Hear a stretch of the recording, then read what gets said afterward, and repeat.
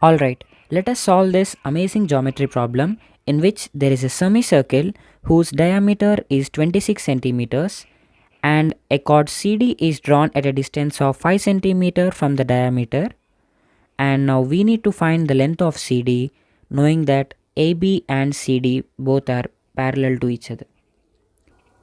So to solve this, let us make a small construction by dropping a perpendicular from O onto the chord CD which meets the circle at some point H. So let this point of intersection be G, and also extend HO so that it meets the circle on the other side at some point F, where F lies on this circle like this. So as we know that the diameter is 26 centimeters, we can say that the radius will be 13 centimeters. And as this will be equals to 13 centimeters, already knowing GO is 5, HG will be equals to 8 centimeter.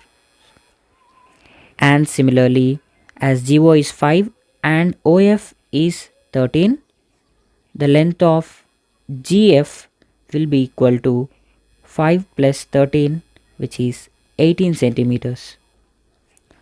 And we have an amazing result that when a perpendicular is drawn from the center to a chord, it also bisects the chord. So that means CG is equals to GD is equals to, let's say, some X. And also we have another result which is PA times PB is equals to PC into PD. So applying it here at the point G, we get GH times GF is equals to GC times GD.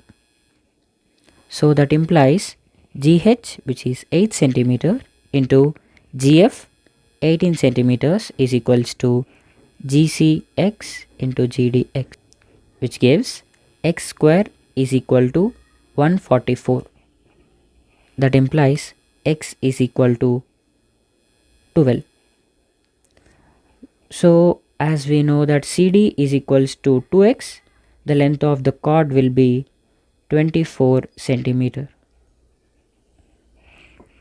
So I hope you enjoyed watching this. Don't forget to like, share and subscribe the channel. Thank you.